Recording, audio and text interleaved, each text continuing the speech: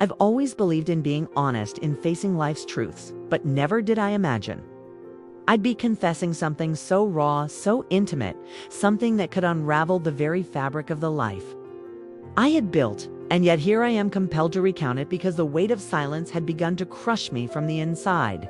I'm 42, married to Jack for 15 years. And when we first pledged ourselves to one another, I admired his relentless dedication. The way he threw himself into work with a zeal that made me feel proud and secure, believing that together we could navigate life's challenges. Yet over the years, that devotion became a wedge, stretching our bond thin as he came home later each night, drained and weary, his weekends spent recovering from the fatigue of endless responsibilities.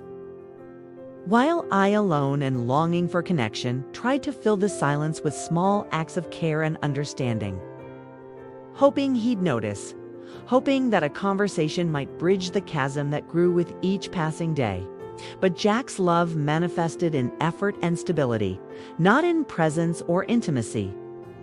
And my attempts at communication ended in arguments, in frustration, and in a quiet resignation that left me aching for companionship, for warmth, for recognition, until Tyler, my sister's 28-year-old son, began visiting more often under the guise of helping with chores or keeping me company. And the first time I sensed something beyond familial affection was ordinary a kitchen. Vegetables being chopped, a careless knife cut on my finger, and Tyler's reaction. Hovering with exaggerated concern, lingering hands. Eyes locking with mine for a heartbeat that made my chest tighten and my thoughts scatter. A moment that should have been fleeting, yet became the seed of a silent, insidious pull.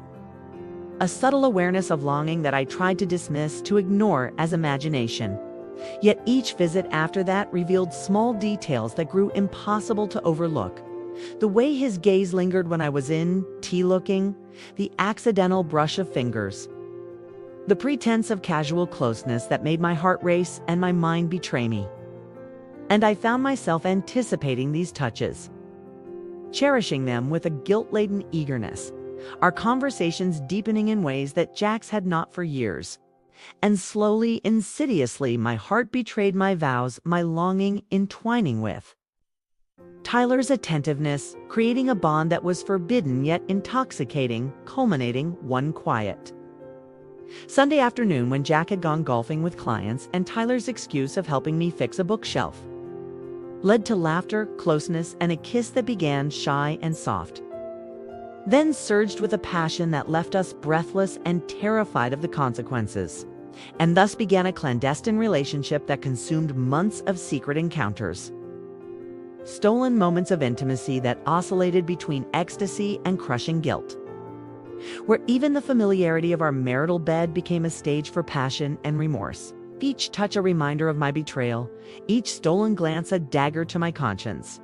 Until one Friday night, lulled by the expectation of Jack's usual late return, we were caught, naked and unprepared, by two police officers summoned by concerned neighbors, their expressions shifting from surprise to discomfort as they processed the scene, leaving me tongue-tied, shivering, desperate for explanations that sounded plausible, for a truth that wouldn't ruin everything.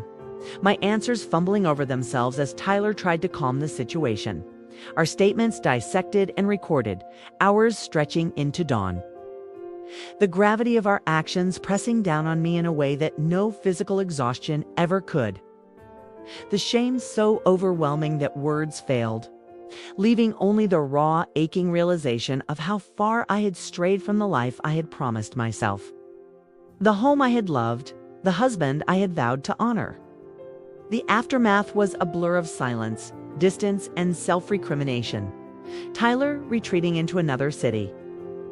Our interactions at family gatherings reduced to formalities, each encounter a mirror reflecting regret. Each smile forced and careful, and yet life moved on. Jack, unaware of the secrets I carried, still the pillar of our shared world. Eventually noticing my withdrawal, my tension prompting honest conversations that revealed his own desire to recalibrate our life, to reclaim the connection we had lost to time and work, offering moments of reconciliation that I embraced cautiously, learning slowly to forgive myself even as the memory of my transgression lingered like a shadow, to find joy again in shared coffee, walks in the park, movies on lazy Sunday afternoons, to rebuild trust brick by brick, realizing that love is not static, not guaranteed by years alone, but nurtured in attention, in presence, in the willingness to confront pain, to forgive, and to recommit every day. And though I wonder often about the roads not taken, the consequences averted only by chance or timing, the police interruption, the fortuitous absence of discovery, I focus instead on the life we are creating now. With Jack's renewed presence and devotion, our vows soon to be reaffirmed in a ceremony that celebrates not perfection, but persistence, understanding, and the capacity to endure together. And while the temptation of the past, the brief euphoria of an illicit love, will forever leave its imprint on my memory, it no longer dictates my present, for I have chosen, consciously and deliberately, to invest in the life I vowed to protect, to cherish the love that survived my mistakes, to honor the family I still have to embody, the wife I aspire to be, and to carry forward the lessons of desire, guilt, betrayal, and redemption as markers, not of shame, but of growth, resilience, and the profound, messy, beautiful complexity of being human, loving, erring, and learning to love again with eyes, open heart, conscious and conscience, unburdened understanding that our choices define us not solely by the missteps we make, but by the courage we summon to rebuild, forgive, and embrace the life and love that remain, stronger for having been tested, scarred, but unbroken. A testament to endurance, hope, and the daily act of choosing love over fear, commitment over convenience, and honesty over comfort. A story of intimate failure transformed into deliberate, enduring devotion, a narrative that teaches that even amidst our darkest misjudgments, there exists a path back, paved with reflection, effort, and the unyielding pursuit of what truly matters, culminating not in perfection, but in a marriage renewed, a conscience slowly mending, and a heart learning again to trust, to care, and to love fully, consciously, and without reservation.